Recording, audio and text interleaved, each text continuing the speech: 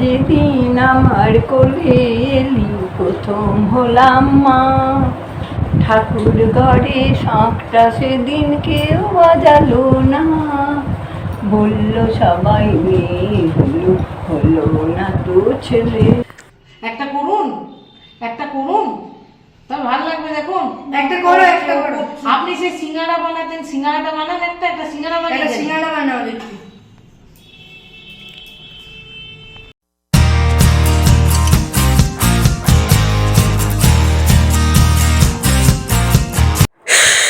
আস্তে কথা বলো, মেয়ে ছেলেদের এত জোরে গলা মানায় না।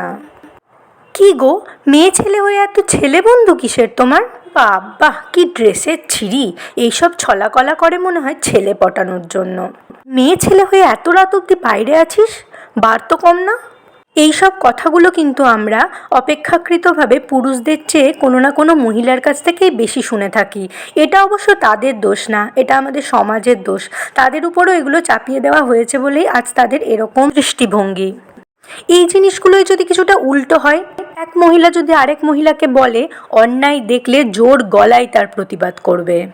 একটা মহিলাই যদি আরেক মহিলাকে বলে, নিজের যেমন ইচ্ছা করবে তেমন পোশাক পরবে, সবসময় নিজের জন্য সাজবে। একটা মহিলা যদি আরেকটা মহিলাকে বলে, কি হয়েছে, একটু রাত হয়েছে বাড়ি আসতে, তো তোমার দাদাও তো এখনো বাইরে আছে।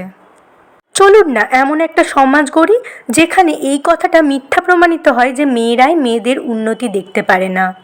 তবে নারী দিবসের দিন সব পুরুষকে অবজ্ঞা করা কখনোই উচিত না। আমি তো অন্তত এটা ঠিক বলে মনে করি না। সমাজে যেমন অনেক পুরুষ আছে, অনেক নারী আছে যারা নারীদের উন্নতিটাকে আটকে রেখেছে, তেমনি ব্যতিক্রমীও কিন্তু অনেক আছে, সেটা পুরুষ হোক বা মহিলা। আমি কিন্তু দুই ক্ষেত্রেই প্রচুর ব্যতিক্রমী মানুষকে দেখেছি যারা কিন্তু নারীদের উন্নতির কারণ, সে পুরুষ হোক বা মহিলা। একজন সফল এবং সুখী পুরুষের পেছনে যেমন একজন মহিলার অবদান থাকে, তেমনি করেই ঠিক একজন মহিলারও সুখী এবং সফল হওয়ার পিছনে কিন্তু একজন পুরুষের অবদান থাকে, কখনো বাবা রূপে, কখনো স্বামী রূপে, কখনো ভাই রূপে, কখনো বন্ধু রূপে। নারী দিবসে নারীদেরকে ওঠাতে গিয়ে পুরুষদেরকে নামিয়ে ফেলবো, এটা কিন্তু ঠিক না। আমার তো মনে হয় নারী পুরুষ একে অপরের পরিপূরক। না না, কোনো আর্থিক চাহিদার জন্য একটা পুরুষেরও একটা নারীকে প্রয়োজন নেই, একটা নারীরও একটা পুরুষকে প্রয়োজন নেই। এখন শিক্ষাগতভাবে একটা নারী একটা পুরুষ দুজনেই কিন্তু দুজনের আর্থিক চাহিদা মিটিয়ে নিতে সক্ষম। কিন্তু সব চাহিদা পূরণ হয়ে গেলেও একটা চাহিদা পড়ে থাকে, সেটা হচ্ছে আবেগের চাহিদা, যেটাকে বলে ইমোশনাল ডিপেন্ডেন্সি। একটা নারীর একটা পুরুষের উভয়ের প্রতি একটা ইমোশনাল ডিপেন্ডেন্সি আছে, অর্থাৎ ইমোশন বা আবেগের একটা চাহিদা আছে। আর সেই জন্যই একটা পুরুষেরও যেমন একটা নারীকে প্রয়োজন, একটা নারীরও কিন্তু তেমনি একটা পুরুষকে প্রয়োজন। আর সেই জন্যই একটা নারী আর একটা পুরুষ হলো একে অপরের পরিপূরক। আমি আমার মা বাবাকে কোনোদিন ছোট থেকে দেখিনি যে ছেলে নেই বলে আক্ষেপ করতে। আমি যখন যা করেছি এবং যতটুকু করতে পেরেছি তাদের সবসময় দেখেছি তাতে একটা সন্তুষ্টির হাসি, কিন্তু কোনো চাহিদা ছিল না কোনোদিনই, এবং এখনও নেই। ছোট থেকেই দেখেছি আমার প্রতি আমার বাবা মাকে চোখ বন্ধ করে ভরসা করতে, আর তার জন্যই হয়তো কোনোদিন আমাকে স্কুল ফাঁকি দিয়ে বন্ধুদের সাথে বেড়াতে যেতে হয়নি। তার জন্যই হয়তো আমাকে কোনোদিনও আমার মা বাবার কাছ থেকে কোনো কথা লুকাতে হয়নি, এবং তার জন্যই হয়তো আমি ছোট থেকে ঠাকুরের কাছে এটাই প্রার্থনা করি যেন আমি আমার মা বাপির মুখ উজ্জ্বল করতে পারি। এখনও না করে উঠতে পারিনি, এখনও জানি না ভবিষ্যতে করে উঠতে কোনো দিন পারবো কি না, কিন্তু আমার মনের ইচ্ছাটা সেই ছোট্টবেলা থেকে এটাই ছিল, হয়তো তাদের এই সব সময়ের সাপোর্টের জন্যই। আমাকে আমার মা বাবা যথাসাধ্য যেমন রাজকন্যার মতো রেখেছিল, ঠিক তেমনি করেই আমার বয়ফ্রেন্ড, অর্থাৎ বর্তমানে যে আমার বর, সেও কিন্তু আমাকে সেইভাবেই একজন রানী করে রেখেছে। রাজকন্যা বা রানী বলতে আমি প্রচুর ধন সম্পত্তিতে মুড়ে থাকাকে বুঝি না। রাজকন্যা বা রানী বলতে আমি বুঝি মা পার্বতী যেমন শিব ঠাকুরের নন্দীতে চড়েই সন্তুষ্ট ছিল, রানী বলতে আমি সেটাকেই বুঝি। যে পুরুষ একজন নারীকে তার প্রকৃত সম্মানটুকু দেয়, সেই পুরুষই কিন্তু বাবা হিসাবে তার মেয়েকে রাজকন্যা এবং বর হিসাবে তার বউকে রানী করে রাখে। আমি আমার বরকে দেখেছি 9 বছর ধরে বয়ফ্রেন্ড হিসাবে আমাকে যেমন সম্মান দিয়েছিল, এখন বর হিসাবেও আমাকে ঠিক তেমন সম্মান দিয়েই রানী করে রেখেছে। এবার আসি, এই যে রাজা অর্থাৎ আমার বর যে আমাকে রানী করে রেখেছে, সেই রাজার মা বাবা অর্থাৎ সেই রাজপুত্রর মা বাবার কথায়, অর্থাৎ আমার শ্বশুর শাশুড়ি। আমার মা বাবাকে যেমন আমি ভালোবাসি, তেমনি আমি 10টা কটু কথা শোনালেও তারা কোনো দিন কিছু মনে করে না। ঠিক সেরকমই হলো আমার শ্বশুর শাশুড়ি। তখনই আমি তাদের প্রচণ্ড ভালোবাসি, তখনই আমার মুখের সামনে যা আসে তাদেরকে কটু কথা বলে দিই, কিন্তু তারাও কিছু কিন্তু মনে করে না। এটাই তো প্রকৃতভাবে মা বাবা হয়ে ওঠার জার্নি, তাই না? একটা নতুন মেয়ের সবাইকে বলতে শুনেছি যে শ্বশুর শাশুড়িকে মা বাবার মতো মনে করবি, কিন্তু বেশিরভাগ ক্ষেত্রেই দেখেছি যে মা বাবাকে যেমন যখনই ভালোবাসা হয় আবার তখনই বাজে কথা বলে দেওয়া হয়, কিন্তু মা বাবা কিন্তু পরক্ষণে সেই মা বাবাই থাকে। কিন্তু শ্বশুর শাশুড়ির ক্ষেত্রে বেশিরভাগ ক্ষেত্রে এটা হয় না।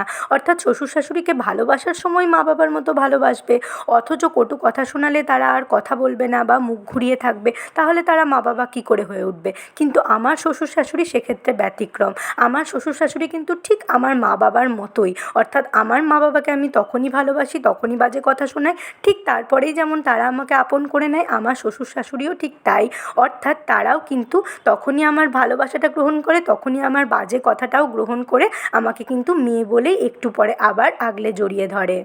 আমার শ্বশুর শাশুড়িকে কোনোদিন বলতে শুনিনি যে বাবা ছেলে তো আমার এখন বউয়ের কথাই ওঠে বসে। আমার বর কোনোদিন আমাকে 1 কাপ চা করে দিলে বা 1 গ্লাস জল মুখের সামনে ধরলে আমার শাশুড়িকে বা শ্বশুরকে কোনোদিন বলতে শুনিনি বাবা ছেলে তো এখন বউ পাগল হয়ে গেছে, ছেলে তো এখন স্ত্রৈণ হয়ে গেছে। এবার আসি আরেক প্রজন্ম আগের কথায়, অর্থাৎ আমার ঠাকুমা, আমার দিম্মা, আমার দিদা শাশুড়ি, আমার ঠাকুমা শাশুড়ির কথায়। এদের প্রজন্মে এতটা সামাজিক বাধা পেরিয়ে আসার পরেও এরা কিন্তু নতুন প্রজন্মে উন্নতিতে সহায়তা করছে। এরা কিন্তু যথেষ্টভাবে নতুন প্রজন্মকে এগিয়ে নিয়ে যেতে, নতুন প্রজন্মের মেয়েদেরকে এগিয়ে নিয়ে যেতে সহায়তা করছে এবং চেষ্টা করছে নতুন প্রজন্মের সাথে খাপ খাইয়ে নিতে। শুধু প্রয়োজন আমাদের একটু সহযোগিতার, আমাদের একটু প্রশংসা করার তাদের এই সহযোগিতাকে।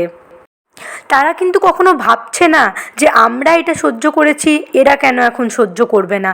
তারা কিন্তু ভাবছে আমরা যেটা সহ্য করেছি এরা যেন সেটাকে সহ্য করতে না হয়, এরা যেন খুব স্মুথলি পথটাকে পেরোতে পারে, এদের যেন আমাদের মতো পথে এত এবড়ো খেবড়ো বাঁধাকে পেরোতে না হয়, এরা যেন নিজেদের উন্নতির পথটাকে স্মুথভাবে পেরোতে পারে।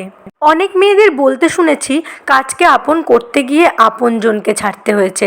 অনেক মেয়েদের আবার বলতে শুনেছি আপনজনকে আপন করতে গিয়ে কাজকে ছাড়তে হয়েছে। কিন্তু কেন এমনটা হয়? কাজ এবং আপনজন দুজনকেই ব্যালেন্স করে কেন এগোনো যায় না? দরকার একটু সহযোগিতার। অবশ্যই কাজ এবং আপনজন একসাথে এগিয়ে নিয়ে যাওয়া যায়, শুধুমাত্র প্রয়োজন একটুখানি নারী পুরুষ উভয়েরই নারী পুরুষকে সহায়তা করার। কুর্নিশ জানাই আমার দিম্মা এবং মাকে এত সুন্দর একজন নারী হয়ে ওঠার জন্য। কুর্নিশ জানাই তার সাথে সাথে আমার দাদুন, আমার দাদু ভাই এবং আমার বাপিকে, যারা এত সুন্দর নারী তৈরি করেছে। কুর্নিশ জানাই আমার ঠাম্মি শাশুড়ি, আমার দিদা শাশুড়ি, আমার মামনি মানে শাশুড়ি মা এত সুন্দর একজন নারী হয়ে ওঠার জন্য।